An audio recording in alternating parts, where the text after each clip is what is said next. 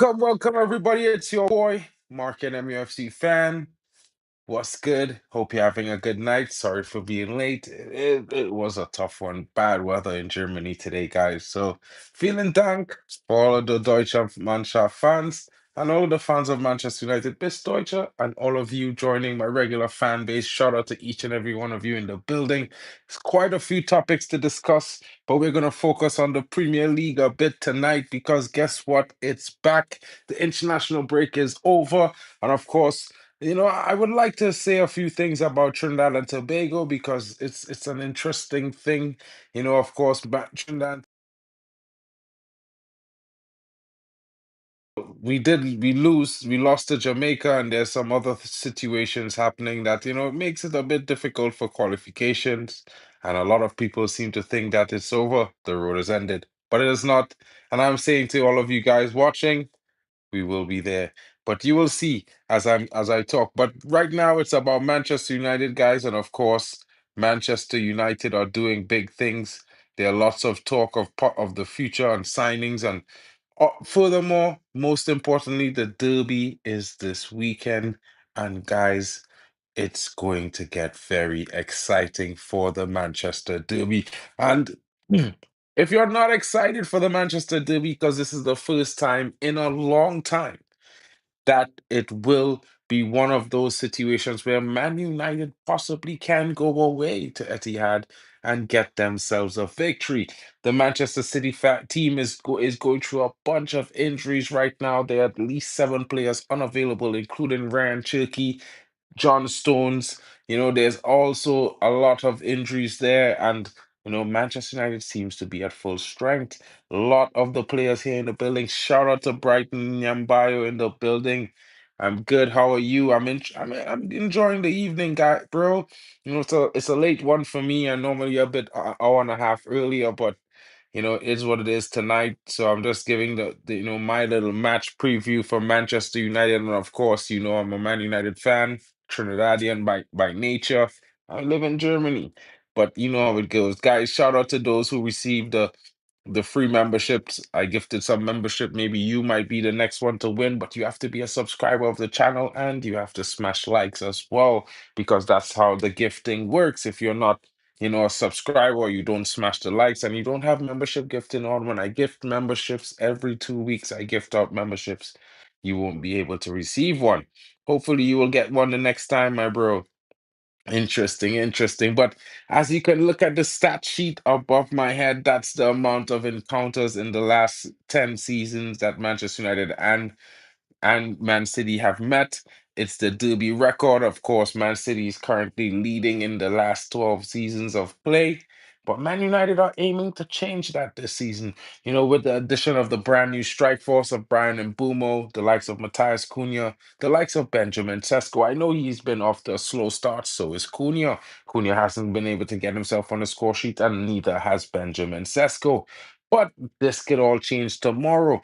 Sesko usually turns up versus Haaland. He's from Slovenia, Haaland being from Norway. They both face each other very regularly.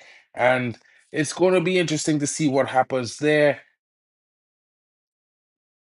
And while I do think Amarim statistically is one of the worst Man United managers I have ever seen in my lifetime, more than 30 years of watching Man United, you know, I think Man United can get a win tomorrow. I will say that, if we get the win tomorrow, he will get his flowers. His tactics must be on point. His in-game management needs to be up to scratch. And of course, we need to get the result. The team also needs to show a performance against the citizens.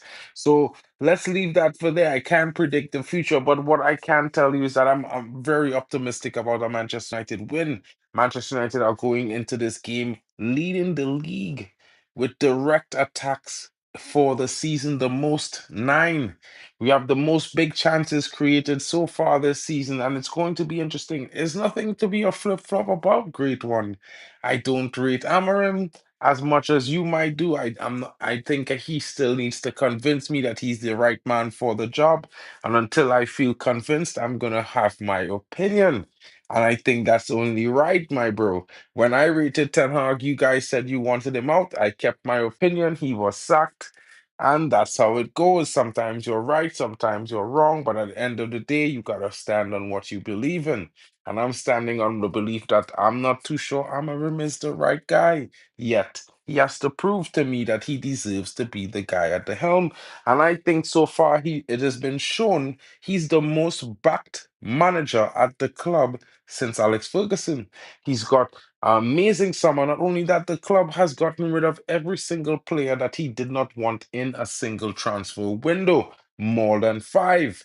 I say to you that, he's definitely the most backed manager. Maybe you might not rate Ten Hag, but based on the statistics and facts, winning two trophies in back-to-back season, finishing third and eighth, whether they spent 800 million or not, money doesn't attribute anything. But what I can tell you is he brought trophies. He brought four cup finals in 2 seasons. And, it's a statistic that he has the second highest winning percentage after Sir Alex Ferguson. So, maybe you might just not like the guy, bro, but factually speaking and based on the statistics and what's real, he is the second best manager that Man United has ever had since Alex Ferguson. So you can say what you want. It's going to take a long road for Amarim to get to that level because statistically he's the worst. Yeah, I mean, it's just funny, that you want to say all these things, bro. But enjoy. I'll let you say it because you're hyped right now. Big up to you, great one in the building. You know, Trolling is the master of your game, but you're a Man United fan at the end of the day. And you might disagree with me, bro, but at the end of the day, bro, I keep my opinions, you have yours. What are your thoughts on the game? Maybe that might be an interesting contribution from you, great one. Let us know what you think about the Man City game. You have been talking in the group chat, in the private group chat, about all the players who are injured. What are your thoughts on Man United facing a weakened Manchester City? Where do you think Man United will finish at the end of the game? Are we at the Etihad or the Etihad? But it's going to be full this weekend because Manchester United fans are certainly going to full the Etihad like it's never been full before since the season began. And that's a normal thing. And Man City fans may not agree with that statement, but it's the most factual statement you will ever hear in your life, guys. The Citizen Stadium is usually very empty.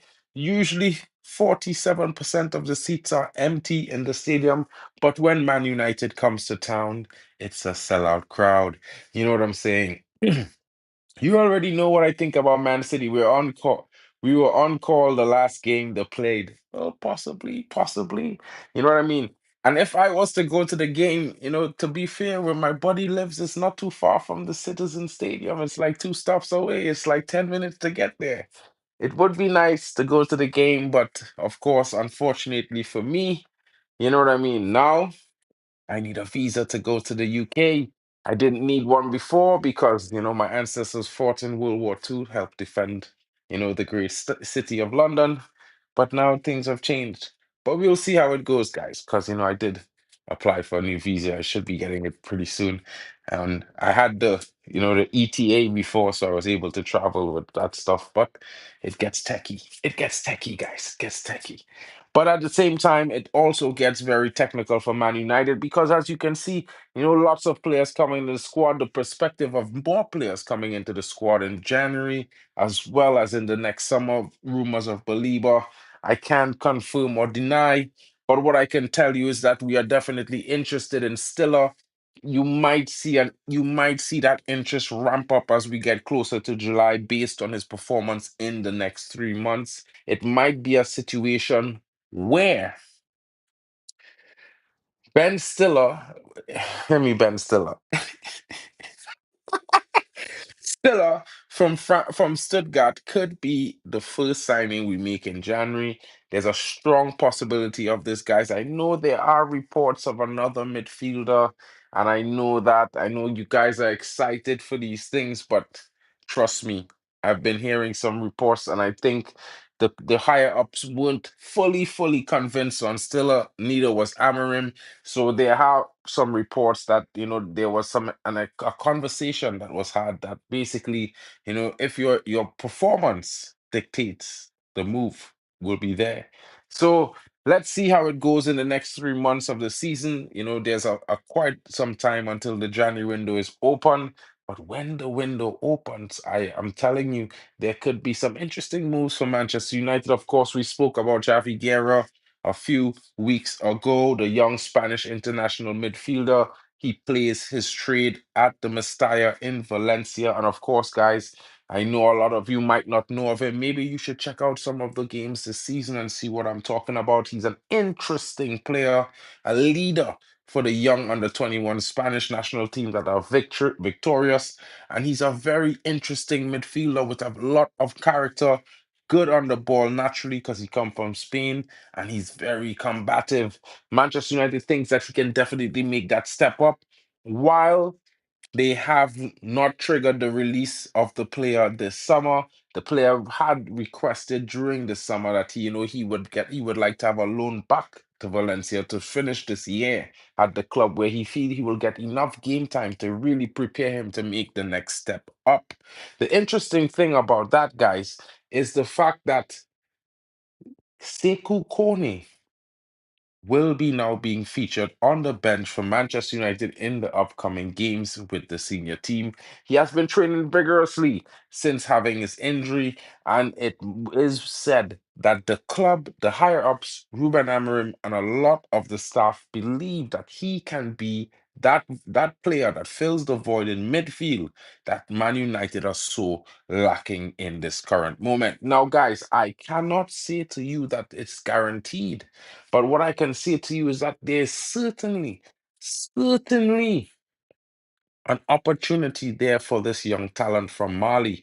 And he's also been called up to the Mali national team. Of course, he did not go on this international break. Maybe he will be going in the next international break.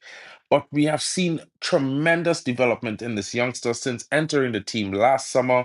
There's a lot of new types of development for the young players with the introduction of the national regional cup, where the interesting thing is that the under 18s they play against full-fledged senior professionals who play in the regional league. And this is boding very well for some of our players who are getting up to the physical levels demanded of the Premier League by playing against these grown men. It's going to get very interesting, guys. And I have to mention these young talents from our academy every now and again because a lot of people seem to think that the only answer is purchase.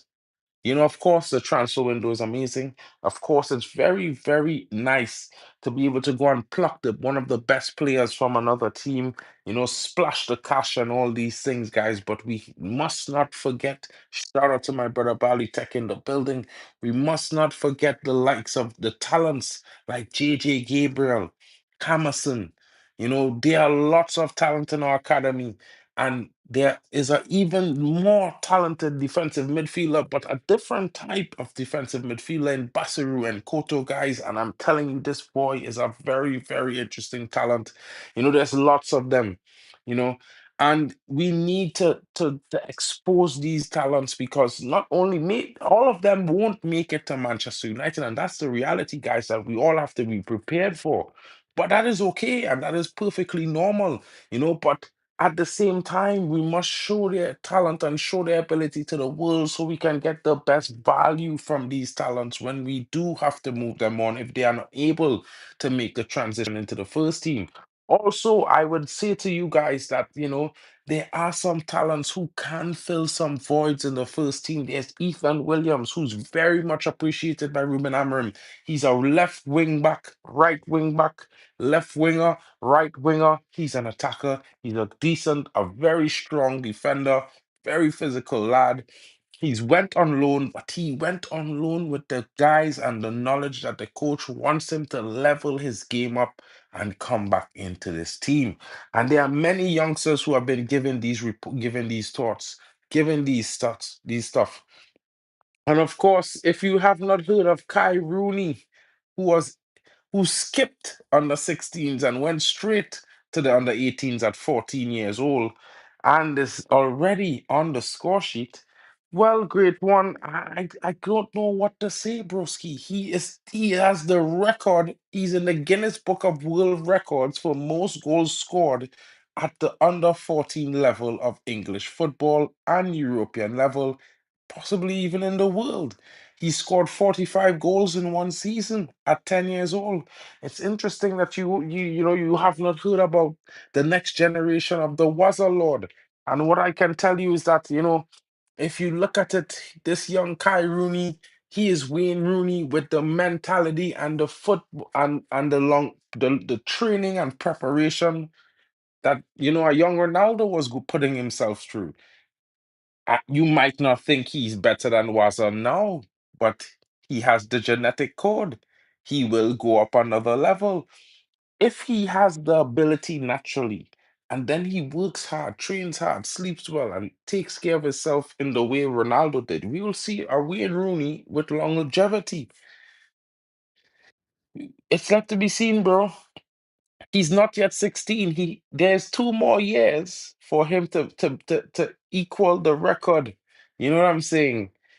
And that's no disrespect to his father. His father even said it before. He's probably better than I was at his age. Go and look at your files, bro, because clearly you don't know how highly Rooney rates Kai. You know what I mean? Get with the program. Learn it, my brother. Watch the youth and understand. And not only him, but there are reports of a young Shea Lacey being talked about in the academy, making the step up to the senior team, almost as if he's already guaranteed a spot. Of course, everyone has to fight. That is our firm belief, whether you play for Man United or Trinidad and Tobago, the U team or not, senior team and all. You have to fight to the very end to keep your spot and to stake your claim. It's not that you can get there and relax. You must give your all each and every performance, each and every game, the best you can, whether it's for 60 minutes or 75, even if it's a 90. All I can tell you guys is that you very much need to give your all blood, sweat, tears. This is not a place you can come and relax. It's not the good times, it's the great times. And to keep it the great times, you have to be the best that you can be. And great one, clearly you have no reference and understanding.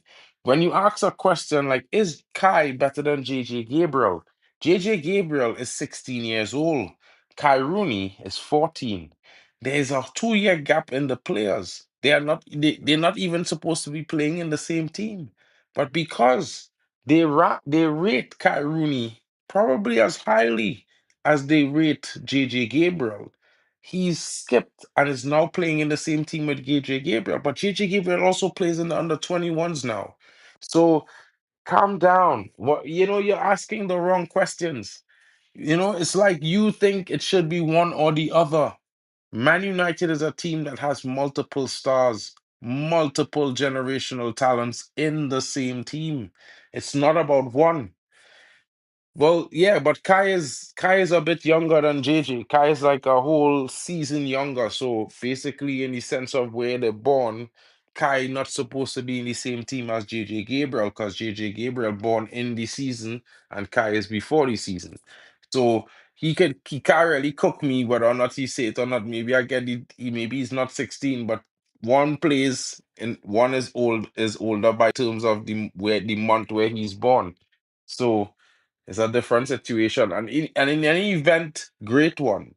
If you don't know about Kai Rooney, learn about it because clearly, you have no clue about the academy. So while Bali could say some things, he watches the academy. He can say some things. You don't. You have no clue. You are asking questions. It doesn't matter, bro. At the end of the day, I can tell you about how highly they rate Kai Rooney. Everyone knows how highly they rate Kai Rooney. Kai Rooney is the second coming, bro. Yeah. And if you don't know it, ask Bali if you want Bali to confirm for you. He is the second coming. The youth man has been doing marvelous things at every level of the academy since joining. So if you have no clue, get one. You know what I mean? At the end of the day, it's two different talents that are doing two different things, and they're not supposed to be in the same team. They weren't in the same team. JD Gabriel was always in a higher team than Kai. But you would know that. Again, this is why I keep telling you, you need to stop doing these things.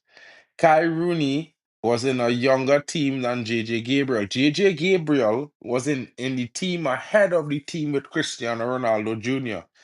Kai was in the team with Cristiano Ronaldo Jr. You need to understand these things, bro. But it's like wild that you don't understand these things. Bro, Kai Rooney Kai Rooney was in the team below JJ Gabriel. That's all you need to understand. JJ Gabriel was in a team at Man United at a higher level than him before he joined. But when Kai joined, Kai was the boss. If you go and check Kai Rooney's stats, you'll understand what I'm talking about. And stop arguing, bro. Like you come here moving like, you know, something wrong with you tonight, bro.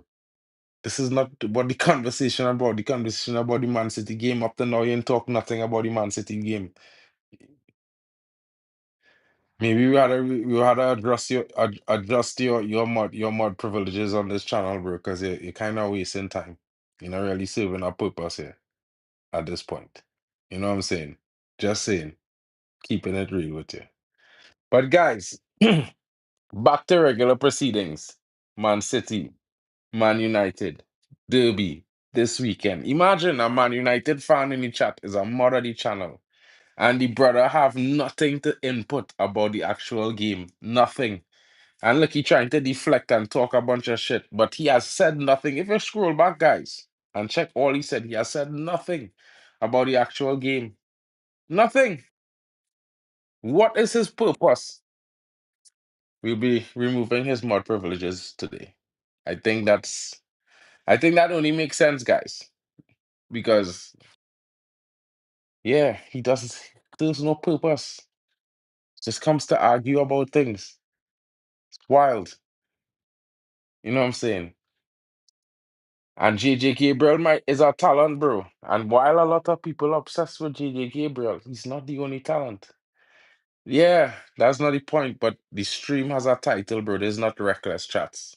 This is not the reckless thoughts with KG. It have a title of the stream.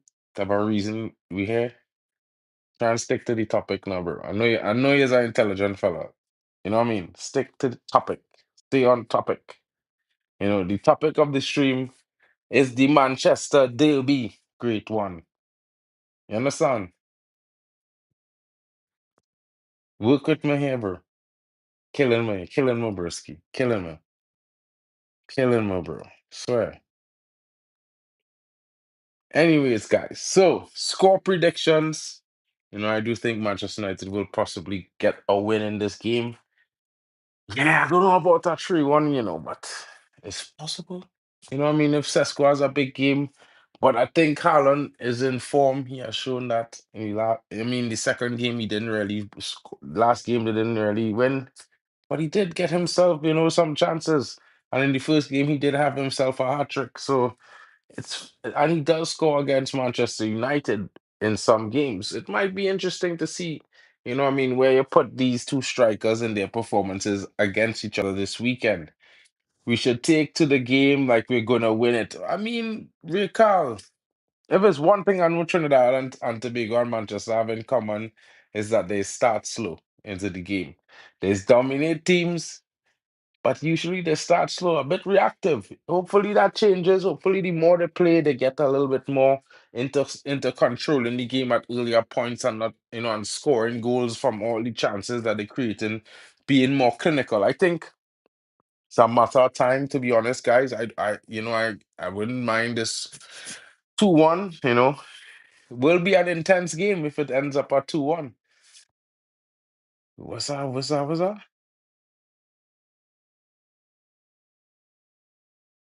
Hidden process. Bali says Manchester United will kill City on the counter. They will fix it so that they can get 4 versus 3 against their backline. Danger men for United and Bumo, Bruno, and Ahmad. Interesting.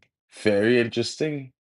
I mean, I can't disagree with that. I mean, but you know, What happened to Cunha, bro? Where you think Cunha still injured, or he secretly might be available? Where's your thoughts? Where's your thoughts on Cunha? That would be interesting to find out. You know what I mean?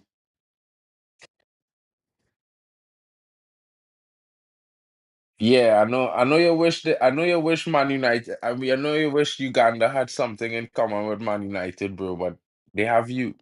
You are a Man United fan, and you're from Uganda. That's enough. You know what I'm saying?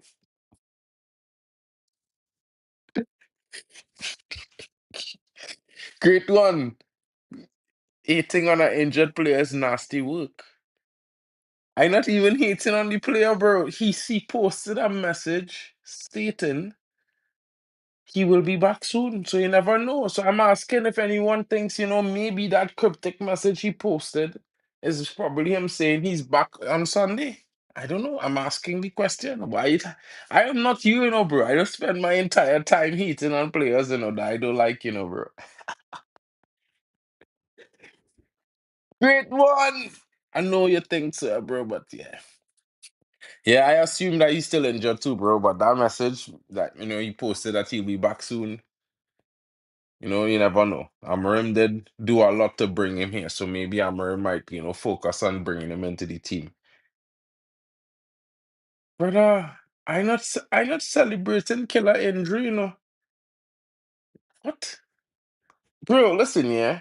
As a true, as a hate, when I want to be a hater, bro, I rather hate on a man when he fit. And he's starting and playing 90 minutes and he not delivering. Then I could say, well, yeah. When a man injured, bro, he's injured, he's out. You can't even blame him. Yeah. So it's not like you, who claim to be a Manchester United fan, but you want Rashford to fail at Barcelona so he comes back to Man United. I mean, that is 30 or 40 million pounds, $1 million that we could do with Broski. You know what I mean? Men want to spend 150 for Baliba like cash. But you want Rashford to fail. Imagine you want Man United players who gone on loan to fail. That make any sense? Tell me a great one. Tell me if that worse. Because how does Man United profit from you celebrating Rashford failing and other players failing just because you don't like them? Tell me. Of course, well, what I mean, Cal, if it's one thing me and Bali did agree on is that Mbem and Bumo was going to be one of those players that comes in and hits the ground running. You know what I mean? He's still not up to full match fitness, but he shows why we went and spent our money to get him and spend 6 weeks trying to sign him. I mean to say, you know what I'm saying? We can see why. You know, Benjamin Sesko has started slow, guys, but I think he will show up in this game. It's a matter of time, before he gets himself in tune with the team and up to match fitness. And once he does, he will be a certain threat. Great one celebrates 2 months of membership. Rashford is going to fail regardless of what I want.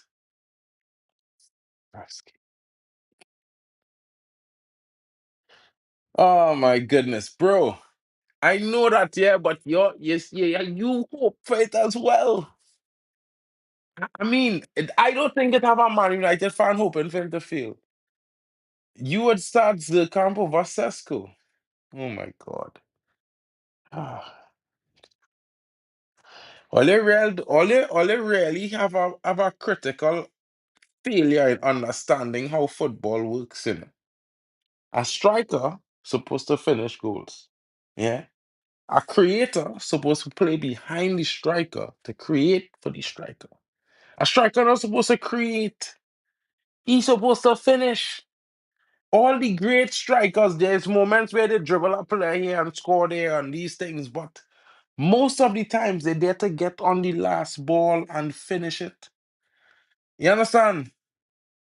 And men could only get match fit by playing in games. They can't get match fit from training sessions, King. I don't know if somebody programmed people to believe that training sessions is get you match fit.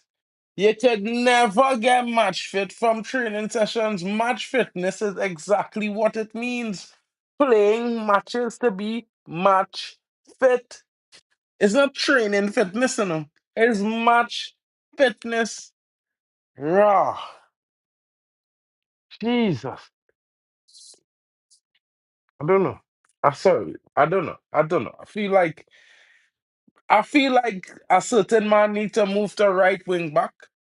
And I feel like right now Bruno and Xerxes supposed to start in the tens.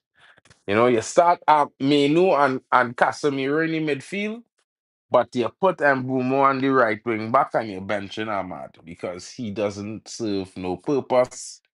If he doesn't score a goal, he doesn't pass the ball into the box to anyone. He doesn't cross the ball to anyone. In the last 3 games, he's had only one successful pass to a player in the box of 14 passes. Unsuccessful. It's wild. You know what I mean? I think that Bayende will retain his starting position in goal as he has, performed in the last 2 games. I think that Saint Menz will be on the bench. I think he will certainly come into the team very soon. But I think it will have to be when Bayende has made a mistake. But that's just my thoughts. I could be wrong. But if the manager wants to create a real atmosphere of competition, you can't take the guy out of the game after he just helps you win a game. It would be kind of foolish. You know what I'm saying? There would be no rewards. And if you don't reward players for performances, then you can't expect players to perform well. Because then there's no reward for performing well. It makes no sense. Life does not work like that. Yeah. So while a lot of you guys will be like Great One hoping that Lament starts, I would say to you, if you want a team that has competition in the team, you have to have some balance. And you have to understand that there would have to be some form of players, competing for the position. So if a guy just won, then he should be in the next game. You know what I mean? It's only makes sense. It's pretty simple. So we'll see how it goes, of course. You know what I mean? There's going to be a lot of it. The decision falls with the manager. His press conference is tomorrow. We will revisit the press conference tomorrow evening as well as talk about any updates that broke in the last. Of course, there are some rumors that one or two players might still leave Manchester United in this final week of the Turkish window. Let's see how it goes. But shout out to each and every one of you joining, and we will be back with more information, of course, each and every single time. Guys, it's been a pleasure. From your boy Mark N. Of course, I hope to get more time to chat with you guys tomorrow. It will be more interesting, of course, this weekend when we have the watch along. I hope you guys are there to join me for that. It will be Derby Day on Sunday. Big game at 4:30 p.m. UK. Hopefully, Man United will prevail and we'll be moving on to 6 points. Yeah. I believe 7 points because we're on four right now, right? Loss, draw. Yeah. Yeah, it will be interesting, guys. 7 points.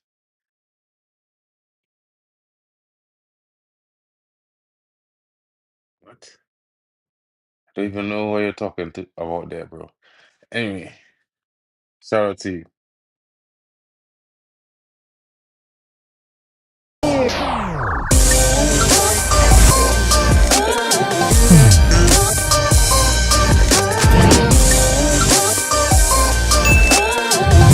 Baby.